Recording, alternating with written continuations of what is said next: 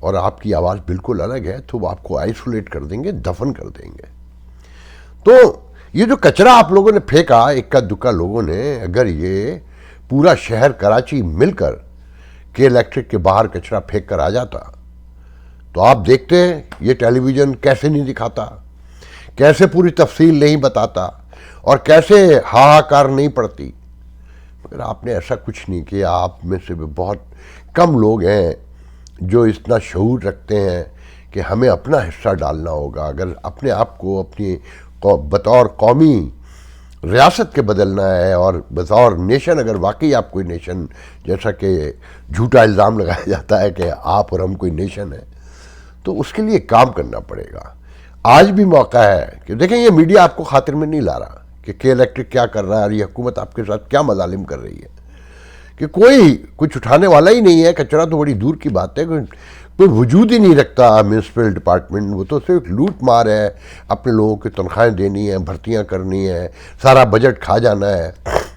اگر اس تفصیل میں جائے تو بہت ٹائم لگے گا. بہرحال پھر دوسرا مسئلہ سولر کا ہے کہ حکومت چاہتی ہے سولر لگے. دیکھیں پہلے, بہت پہلے شاید بتایا تھا کہ سولر ابھی حکومت کی پرائیورٹی میں یوں نہیں ہے کہ یہ جو پاور پلانٹ, انرجی پلانٹ لگے ہیں وہ اتنے مہنگے ہیں اور ان کے اتنے قرضے ہیں کہ 2030 تک پاسبل نہیں ہے کہ جناب ان کو بٹھا دیا جائے اور سولر عام کرتی جائے. تو وہ قرضہ کہاں سے دیں گے؟ اور چین کا قرضہ ہے جو آپ کو چھین لے گا, سب کی سانس تک نوچ لے گا. اور یہی امریکہ سمجھاتا رہا ہے کہ دیکھیں یہ سی پیک آپ کو برباد کر دے گا. مگر اب شارٹ فال اتنا ہو گیا ہے کہ ریاست خطرے میں پڑی ہوئی ہے, انڈسٹری چل نہیں رہی ہے. لوگوں کے بلز 80 گز کے مکان میں, جو میرے خیال میں ایک کمرہ اور ایک کچن اور ایک بیڈ روم ہی بن سکتا ہے, اس میں 20-20 ہزار روپے کا بل آ رہا ہے. بندے کی تنخواہ 15,000 روپے ہے یا 30,000 روپے ہے. وہ کیا کھائے گا, کیا نچوڑے گا؟ ایک ہاہاکار مچی ہے. تو سولر کی طرف آئے, مگر کیسے آئے؟ یہ جو بڑے بڑے انرجی پلانٹ لگے ہیں جس میں حکومت کے اپنے لوگ ہی شامل ہیں بڑے پیمانے پر.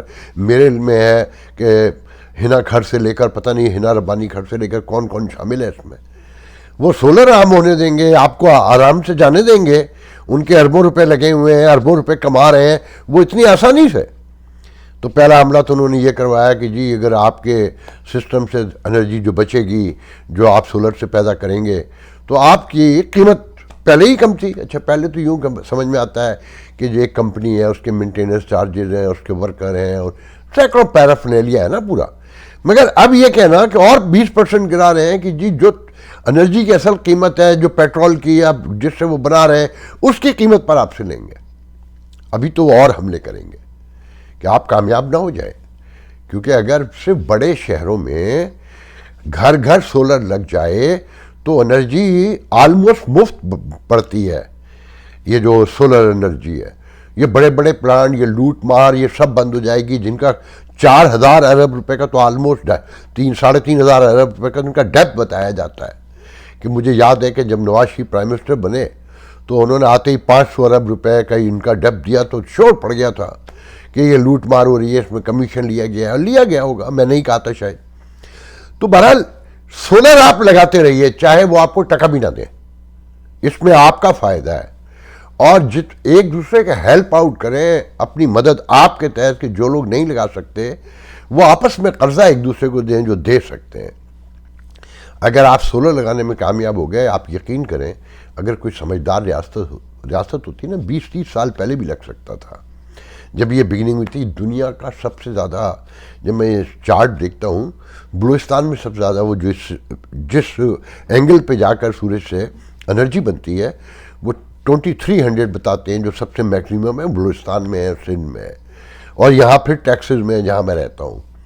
تو آپ اتنی آرام سے اس مسئلے سے, اس مشکل سے نکل سکتے ہیں کہ 20,000 روپے کا بل آپ کا 2,000 روپے پہ آ سکتا ہے. مطلب 80 گز کے مکان میں 2 سے 2.5 لاکھ روپے میں آپ پورا سسٹم لگا سکتے ہیں. اس سے زیادہ کی ضرورت نہیں پڑے گی. وہ گھر جن کے ایئر کنڈیشن نہیں ہے, اس میں ایک ایئر کنڈیشن بھی لگا سکتے ہیں, جو میں نے معلومات کی ہے. میرے پاس اس میں بڑی معلومات ہے, پھر بات کریں گے. تو یہ 2 تو بڑے اہم ایشو تھے. پھر آپ نے سنا ہوگا کہ شہباز شریف صاحب اب امریکہ بھی 5 بجے یہاں پہنچنے والے ہیں. یہاں تقریباً اس وقت 11 بج رہے ہیں نیو یارک میں, اور یہاں 10 بج رہے ہیں ہیوسٹن میں. تو وہ ملکہ برطانیہ کے فیونرل میں میں نے اس پہ بھی گفتگو بڑی لمبی چوڑی ہے پھر کبھی کہ منارکی کب تک چلے گی، برطانیہ جیسا ملک اور لاکھوں لوگ جمع ہیں ملکہ کے فیونرل پر، ان کو 10 دن تو تقریباً ہو گئے ہیں، تو کسی نے پوسٹ لگائی تھی کہ ہن جان بھی دیو کہ بہت ٹائم ہو گیا ہے. تو اینی وے، تو پھر شہباز شریف صاحب ازبکستان سے آتے ہی جیسا کہ آپ کو بتایا تھا کہ لندن جا رہے تھے، لندن پہنچ گئے، بھائی سے ملے. تو مسلم لیگی ذرائع جو کہتے ہیں وہ میں آپ کو سنانا چاہتا ہوں. کہتے ہیں یہ دو بھائیوں کی ملاقات نہیں تھی، ایک ان میں وزیر اعظم تھا اور ایک پارٹی کا وہ لیڈر تھا جو بہت مصیبت کا شکار ہے، جس کی مرضی کے بغیر سب کچھ ہو رہا ہے، اور چھوٹا بھائی اپنا گیم پورا کر کے اب بھائی کو ڈاج دینے کے چکر میں ہے. کہنے والے کہتے ہیں کوئی گفتگو نہیں ہوئی آرمی چیف کے اوپر کہ جی وہ عاصم منیر کی خبریں پھیلی ہوئی ہیں کہ ان کو بنائیں گے، وہ خان صاحب کی دشمنی میں لوگ کہہ رہے ہیں. میرا نہیں خیال ہے اس کا فیصلہ تو دیکھیں باجوہ صاحب نے جی ایچ کیو نہیں کرنا ہے. ان لوگوں کی کیا حیثیت ہے کہ یہ تو کہنے کے مذاق کی بات ہے نا کہ ایک ایگزیکٹو اپنے چیف ایگزیکٹو کا تقرر کرے گا. تو جنہوں نے دیکھا اس ملاقات کو، ایک تو گھر نہیں گئے شہباز شریف، نواز شریف جہاں رہتے ہیں آفس میں ملے، بیٹا ان کا ایک بیٹھا ہوا تھا جو چور بھاگا ہوا ہے. خان صاحب کی کچھ باتیں بڑی درست ہیں، مگر بات یہ ہے کہ ایک کے پر تنقید کر کے سچی صحیح دوسرے کو تو نہیں افورڈ کیا جا سکتا. ہم اس طرف بھی آئیں گے جو آج خان صاحب نے چکوال میں تقریر کی ہے.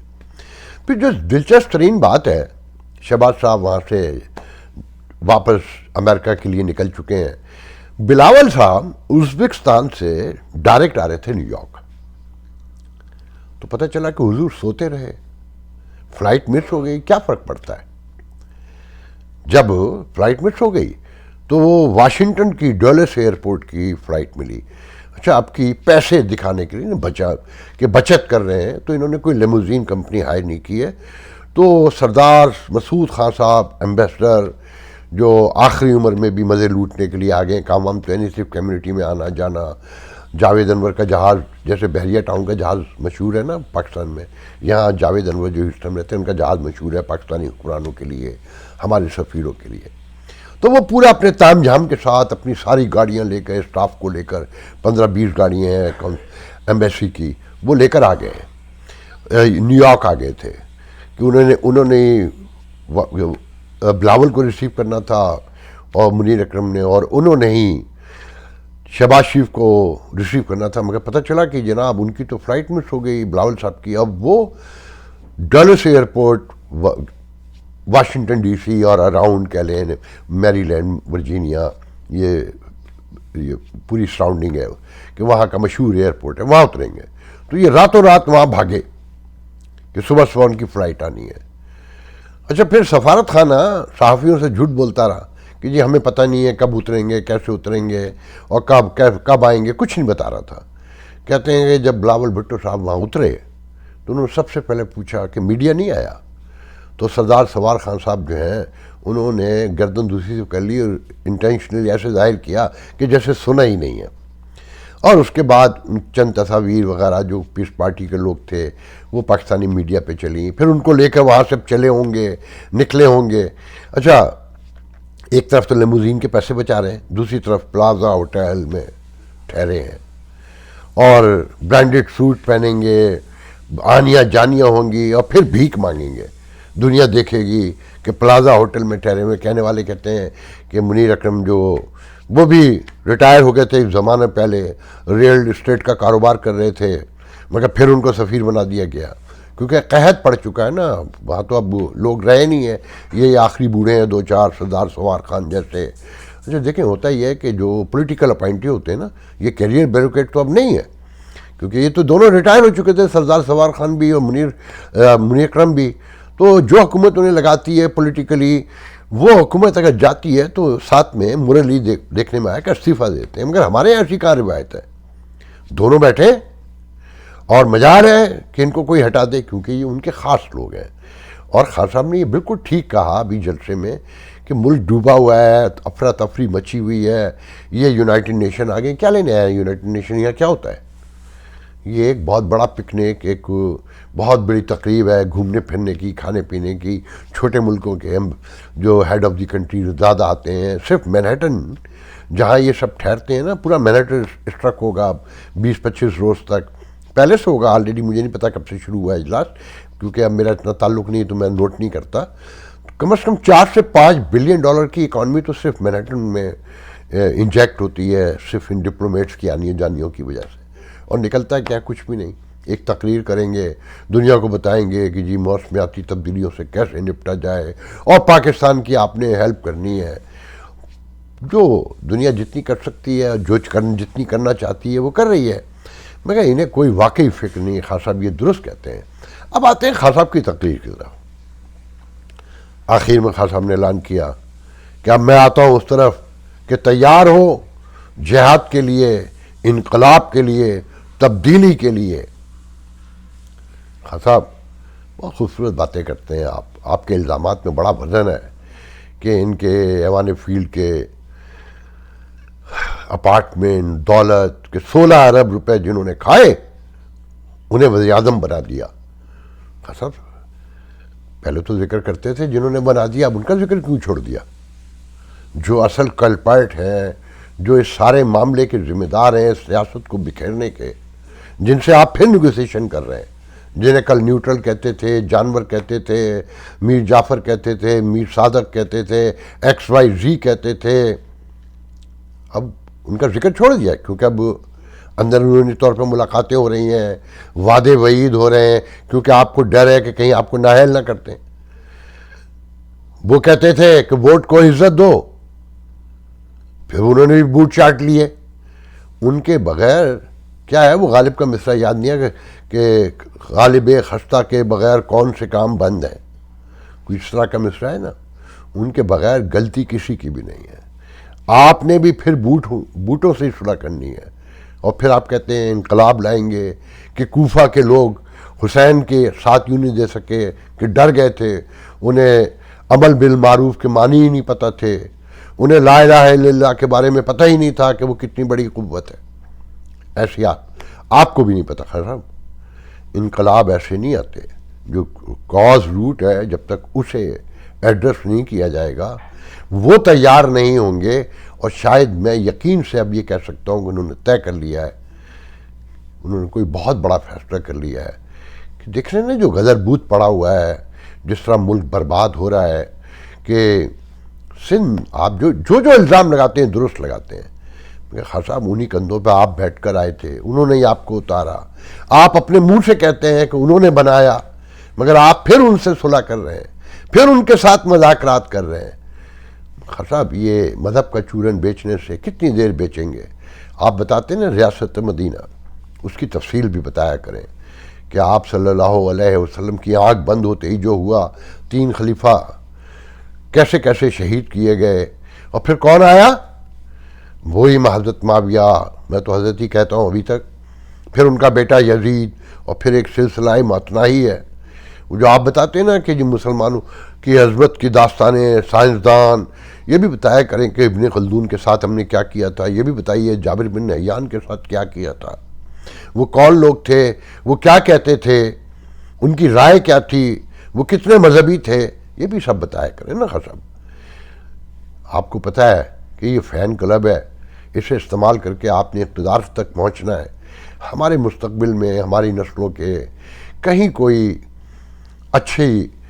روشنی کی کرن نظر نہیں آتی. سب ایک دوسرے کی غلطیاں، خامیاں گنا کر اپنے اقتدار کے لیے کام کرتے ہیں، اور انہی کے ساتھ مل کر کرتے ہیں جن کی وجہ سے سارے مسائل پیدا ہو چکے ہیں، جنہوں نے اس پورے سماج کو سیچ کر رکھا ہے، جن کی بدولت نہ یہ فارن پالیسی کبھی درست ہو سکی، نہ داخلہ پالیسی کبھی صحیح ہو سکی، نہ معاشی پالیسی کبھی درست ہو سکی، نہ کوئی ادارہ درست ہو سکا. میڈیا تک تو کرپ بنا دیا کہ صحافی وہی بن سکتا ہے جن سے ان کے تعلقات ہوں. خان صاحب جو آپ کہتے ہیں نا کہ لفافہ اور میڈیا ہاؤس جو پیسے لے کے جو آپ کے ساتھ ہیں وہ کیا ہے، آپ کو نہیں پتا. تو خان صاحب ان لوگوں کو جینے دیں اپنے اقتدار کے لیے. کچھ سچ بول کر بھی آ جائیں. جب انقلاب لانا ہے ہم جیسے بھی آپ کے ساتھ کھڑے ہوں گے. تو اصل جہاد کا اعلان کریں نا, پھر پتہ چلے کہ واقعی آپ جہاد کرنا چاہتے ہیں نہیں کرنا چاہتے ہیں. مگر خان صاحب دباؤ میں لے کر پہلے گندہ کرو اور پھر اندر سے صلح کر لو, آپ کیا سمجھتے ہیں خان صاحب وہ اتنی آسانی سے چلے جائیں گے؟ آپ جیسے لوگ جب صلح کرتے رہیں گے, آپ کو اقتدار مل بھی جائے تو کیا آپ اپنی مرضی سے اقتدار چلا سکیں گے؟ میں بس خان صاحب سے اتنا کہنا چاہوں گا کہ خان صاحب تبدیلی, انقلاب, آزادی, جہاد, یہ سب جڑے ہیں اخلاقیات سے, موریلٹی سے, سچ اور جھوٹ سے. کہ جب تک لوگ سچ نہیں بولیں گے من حیث القوم, جب ایک اخلاقیات طے نہیں ہو جائیں گی کہ کہاں تک جانا ہے, کہاں رک جانا ہے, کہاں اڑ جانا ہے, کہاں کھڑے رہنا ہے, کہاں پیچھے ہو جانا ہے, اس سے پہلے کوئی تبدیلی نہیں آئے گی, کوئی انقلاب نہیں آئے گا, کوئی جہاد نہیں ہوگا, سب فساد ہوگا, جھوٹ ہوگا. تو اپنے آپ سے سوالات کیجئے خان صاحب, پھر طے کیجئے کہ کیا واقعی آپ انقلاب کے لیے, جہاد کے لیے, کسی تبدیلی کے لیے کام کر رہے ہیں. میں کیوس کو بڑھتا دیکھ رہا ہوں اور جانے کیوں مجھے یقین ہو گیا ہے کہ کہیں کوئی فیصلہ ہو چکا ہے. آج کے لیے اتنا بہت ہے, انشاءاللہ آپ سے کل پھر دوبارہ گفتگو ہوگی. اللہ حافظ.